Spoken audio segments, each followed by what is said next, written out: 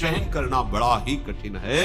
जो सहन कर लेता है वही जीते जी जीवन मुक्त है। एक केवल ये प्रश्न का समाधान कर लो, आपको इस इंद्री पर विजय प्राप्त करनी पड़ेगी, जनेंद्री पर। ये अगर नहीं संभली तो साहब ज्ञान बकवास ही रहा, केवल बातें बनाते रहो, कुछ हाथ नहीं लगेगा। खुद अंदर से देख लो, सच्चाई में चलने के लिए इस शत्रु को गिराना ही पड़ेगा, इस शत्रु से हटना ही पड़ेगा।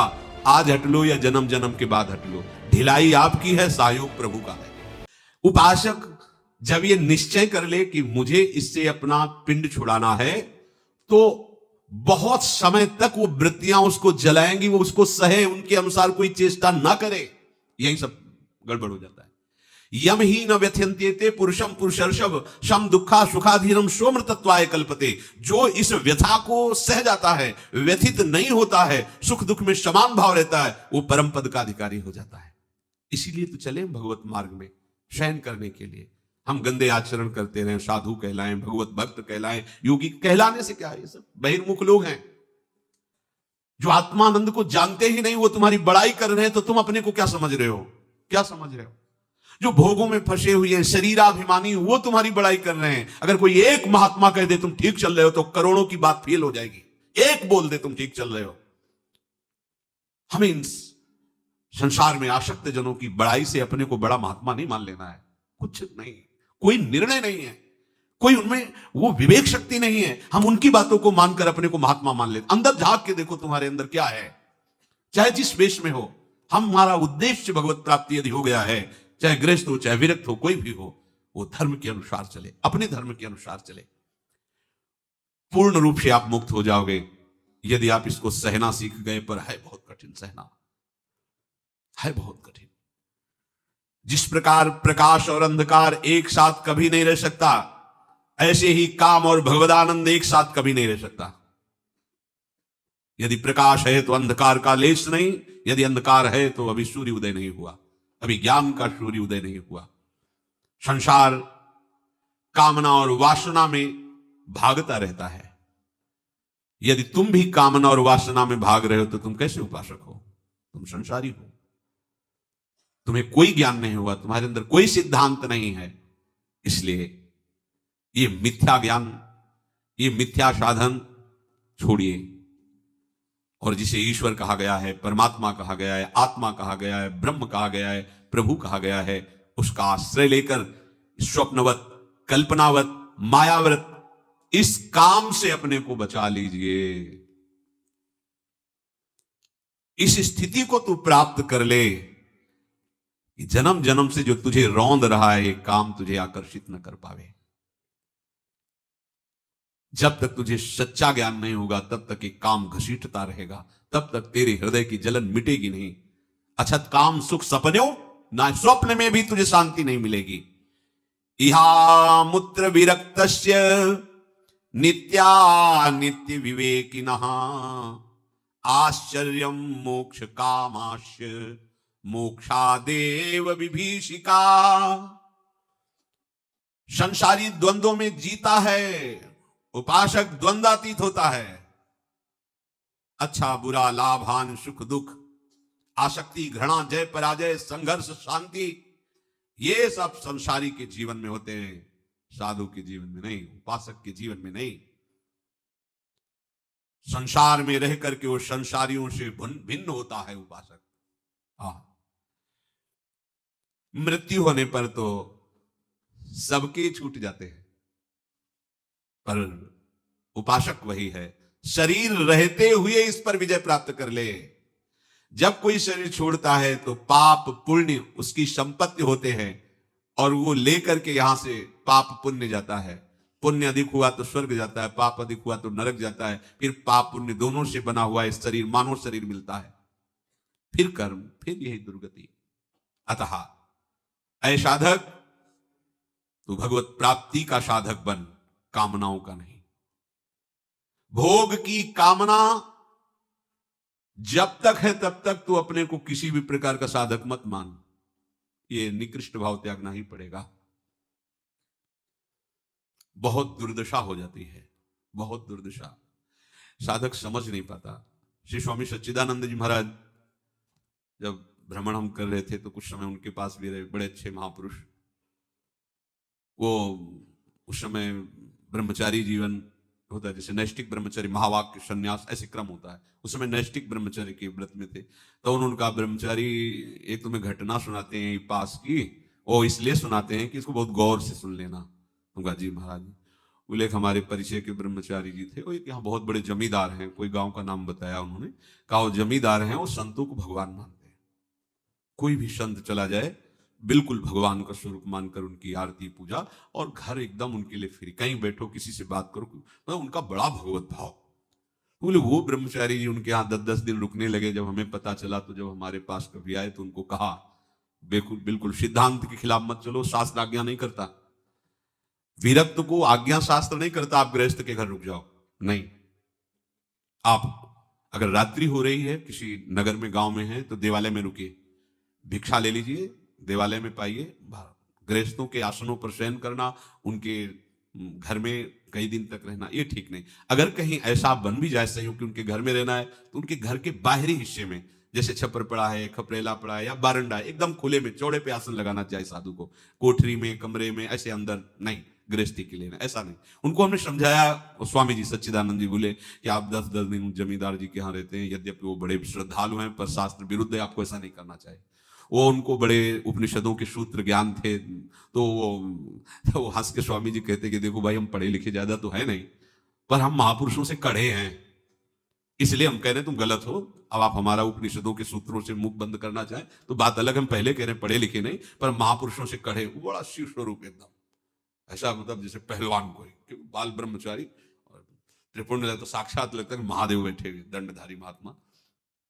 फिर उन्होंने जो घटना सुनाई, वो वहां अधिक समय, और उनको तो जमींदार थे, धनी थे, खूब खेती थी और बहुत सेवक थे, तो बड़े प्रसन्न होते संत हमारे घर। कोई कोई ऐसे महाभागवत होते हैं गृहस्थ, वो बिल्कुल मतलब ऐसी स्थिति, एकदम संतों के प्रति भगवत भाव, जैसे रसिकानंद माल में आती है बहुत से चरित्र।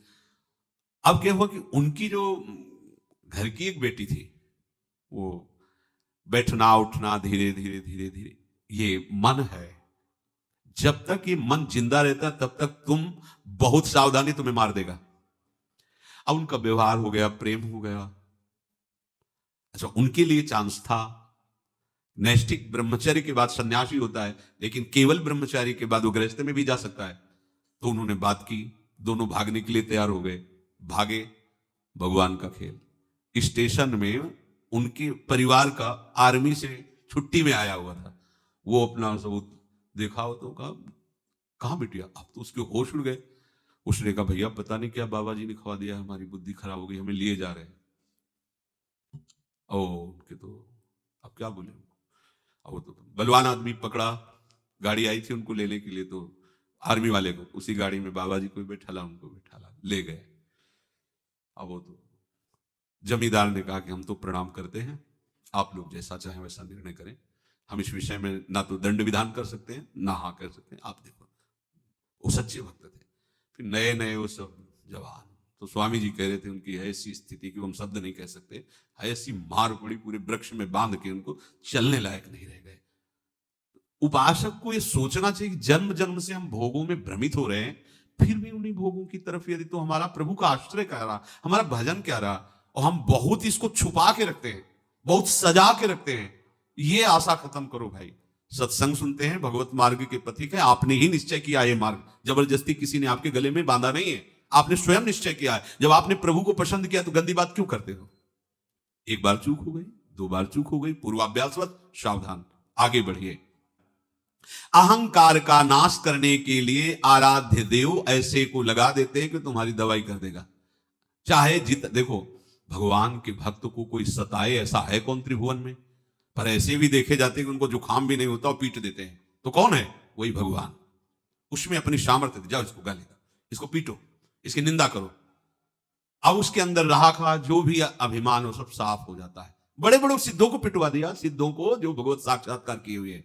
इसलिए न कुप्यति, कोई निंदा कर रहा है, कोई अपमान कर रहा है, भगवत मार्ग के पति को नाराज नहीं होना है। अगर थोड़ी देर नाराजगी भी आ जाए तो उसे फिर विचार के द्वारा शांत करो, आगे ऐसी स्थिति आ जाएगी कि क्रोध नहीं आएगा। उपासक को चाहिए कि उन्हीं भोगों को स्वीकार करे जो भगवत विरोधी नहीं है। खान पान वस्त्र आदि उतना ही जितने से हमारा प्रभु का चिंतन न छूटने पावे। और प्रारब्ध से जो कुछ उसको दुख मिले, सुख पर विचार करना है और दुख पर विचार नहीं करना। भोग सामग्री प्रारब्ध के अनुसार आ गई है तो भगवत अनुकूल उसे स्वीकार करते से सबकी सेवा में लगा देते हैं। तुम्हारे प्रारब्ध से आई, सबकी सेवा में लगा दो, बट गया। दुख आया है तो दुख नहीं बांटना, दुख को स्वयं भोगना, इस पर कोई विचार नहीं करना, क्यों आया, कैसे जाएगा। नहीं नहीं, प्रभु ने दिया है, मंगल विधान है, हमें पावन किया जाए, ये भागवतिक सिद्धांत है। संसार में उसे जाना पड़ेगा, उसे कर्म करना पड़ेगा। संसारिक जन उसकी स्तुति भी करेंगे, निंदा भी करेंगे, पूजा भी करेंगे, पीड़ा भी देंगे। आपको संभलना है, ना किसी पे क्रोधित होना, ना किसी पे प्रसन्न होना है। प्रारब्ध भोग आने वाला है। रामकृष्ण जी को कैंसर हुआ, भगवान के अंतिम समय में उनके चरणों में बाण मारा बहलिए ने, जीसस को सूली पे लटका दिया गया, मंसूर के हाथ पांव काट दिए गए, और दयानंद जी, मीरा जी, सुकरात जी, इनको जहर पीना पड़ा। तो बहुत सी ऐसी चेष्टाएं संसार तुम्हारे साथ करेगा। आप कह दो हमें तो ऐसा नहीं है, तो आप उस स्थिति में कहां पहुंच रहे हो। बड़ा उड़िया बाबा को गड़ासे से काट दे, बड़ा दर्दनाक। ऐसा महापुरुष जो जीवन में कभी कहीं वैराग्य का मूर्तिमान, ब्रह्म का मूर्तिमान स्वरूप, ऐसे महापुरुष 6-6 इंच गड़ा फव्वारे से उठ रहे थे, ध्यानस्थ प्रभु के ध्यान में ही बैठे थे, कथा हो रही थी। प्रभुदत्त ब्रह्मचारी जी की लिखित जो भागवती कथा है, गड़ासे से सम्मान, प्रशंसा या मृत्यु ही क्यों न हो, उपासक सबको सहन करता है। फिर काम सहने की क्या बात है। आपको ऐसे सहनशील होना है। अपने मानसिक भावों को केवल आप ही जानिए, दूसरे को मत बताइए। आप उपासक हैं, ये सूक्ष्म बात है। रही मन की मन व्यथा रखिए, मन में गोय सुनिठ लई हैं लोग, सब बांट न लइए कोई। और उन उपासक वृत्तियों को देख करके घबराता नहीं है, क्योंकि उसके बाद बहुत बड़ा बल है, ज्ञान बल, प्रभु का नाम बल, प्रभु का ध्यान बल। चेष्टमानम शरीरम स्वम पश्यत्यन्य शरीरवत्, संस्तवे चापि निंदायाम कथम चुभ्येन महाशया। उपासक जब ये जान गया है कि ये शरीर मेरा नहीं है, मैं नहीं हूं, तो उसके शरीर से चेष्टाएं तो होंगी, पर वो चेष्टाएं बांधने वाली नहीं होंगी। स्वाभाविक उससे वही कर्म होंगे जिससे जगत मंगल होगा। जब कहीं स्वसुख वांछा का लक्ष्य होता है तो स्वाभाविक कर्म होंगे जिससे जगत अमंगल होगा। और जब स्वसुख वांछा की वृत्ति नहीं होती तो उससे स्वाभाविक चेष्टा ऐसे होती है जिससे जगत मंगल होती है। वो कुछ भी चेष्टा करेगा, उसमें जगत मंगल छुपा होता है। उपासक कभी क्षोभ को प्राप्त ना हो हृदय, ऐसी वृत्ति बनाए। माया मात्रमिदं विश्वम पश्यन् विगत कौतुकः, अपसन्निहिते मृत्यु कथम तृष्यति धीर धी। अज्ञानी तो संसार को सत्य मानकर इसको भोगना चाहता है, वो इसी में रहता है, इसी में जीता है, इसी में खाता पीता हंसता खेलता है, और इसी में अपना विकास मानता है, उन्नति मानता है। संसार में राग द्वेष स्नेह घृणा यही उसका जीवन होता है। पर उपासक का नहीं। उपासक संसार की उन्नति को उन्नति नहीं मानता, वो तो स्वर्ग को भी कुछ नहीं मानता। उपासक इसको उन्नति मानता है। मान अपमान दुख सुख लाभ हानि कोई प्रभाव नहीं, ये उन्नति, ये अध्यात्म उन्नति है।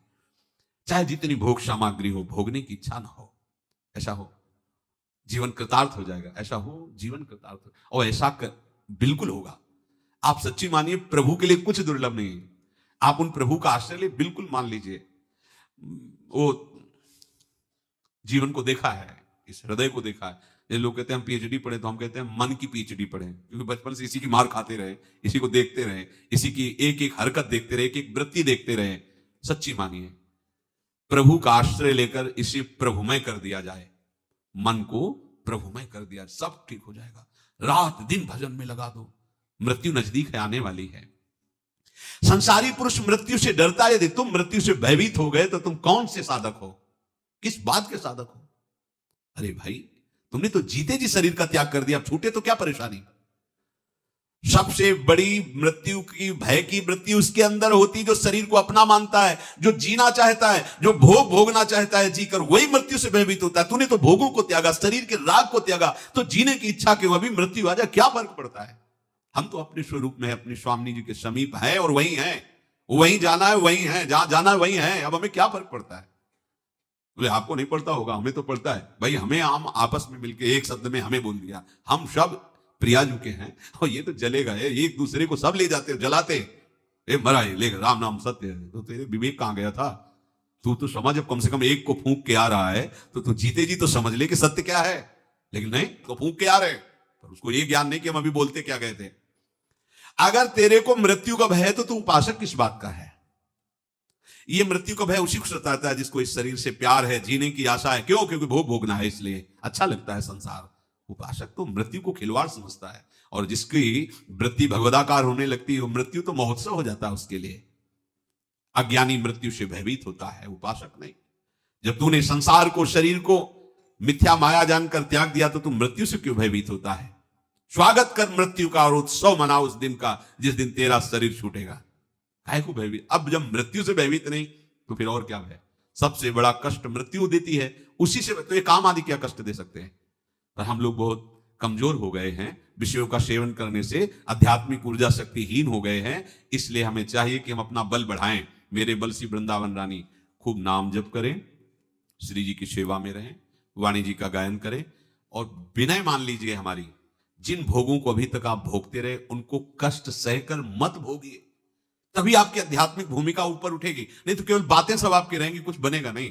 सच्ची मानिए, आप इस बात को रोक लीजिए। हम कह रहे हैं उचित सात्विक भोजन भरपेट पा लीजिए, जितनी नींद आए खूब आराम से सो लीजिए, चाहे व्यवहार के कार्य हो चाहे परमार्थ के कार्य हो, सब भगवत स्वरूप मानिए। बहुत आनंद पूर्वक भगवत प्राप्ति हो जाएगी। पसीना चुआने की जरूरत नहीं है। पर आपको क्यों नहीं हो रही? क्योंकि आप यह साधन कर रहे हो, चलनी में गैयाद हुए और दोष दैव को दे। बार बार उन्हें भोगे हुए विषयों को भोगने की इच्छा, कैसे बमन के भांति जो भोग हैं उनको भोगते हुए आज तक तृप्ति नहीं। तो थोड़ा तो विवेक कर ले, कम से कम अब तो जितनी बची उतनी तो बचा ले। अब लो नशानी, अब ना नशे हो। हमारे ऊपर प्रभु की कृपा है, हमें घबराना नहीं। प्रारंभ से लेकर अंतिम तक जो बड़ा भारी शत्रु है उसको आप परास्त करना है प्रभु के नाम बल से, प्रभु के चरण बल से। इस काम से मुक्ति, काम से बच जाओ। नहीं तो जहां काम तहां राम नहीं, जहां राम नहीं काम। अगर ये काम है तो प्रेम कैसे हो सकता है प्रियालाल से? कैसे हो सकता है? श्री ध्रुवदास जी कहते सूर्य उदय हुआ अंधकार बना है, तो सूर्य कैसा? भगवत प्रेम के उपासक, और काम तो कैसा कैसा? ये बहुत ऊंचाई तक रहता है। और अभी आप इसी क्षण से हट करें और भगवत आश्रय आप रोक सकते हैं। जो हम कर नहीं सकते, हमारे प्रभु हमको आदेश नहीं देंगे। तो ये अष्टधा प्रकृति में हम प्रभु के दिव्य अंश होते हुए स्वयं फंस गए हैं। स्वयं हमने इसे स्वीकार किया है, भोग बुद्धि से स्वयं शरीर को मैं माना है। तो आपको अपने द्वारा अपना उद्धार करना होगा, आपको अपनी स्वीकृति बदलनी होगी। आप प्रभु के अंश हैं, किसी की रचना नहीं है। आप भगवान की भी रचना नहीं है, आप उनके अंश हैं। यह है भगवान की रचना। प्रकृति कृति ये रचना है, आप रचना नहीं हो, आप वही हो, उन्हीं के हो। दो भाव, वही तो ब्रह्म भाव, उन्हीं के भक्त भाव। जो देह प्राप्त होती है, सखा देह या गोपी देह या सहचरी देह, वो चिदानंद आत्मस्वरूप होती है। प्रकृति की रचना थोड़ी हो, तो भगवत स्वरूप होती है।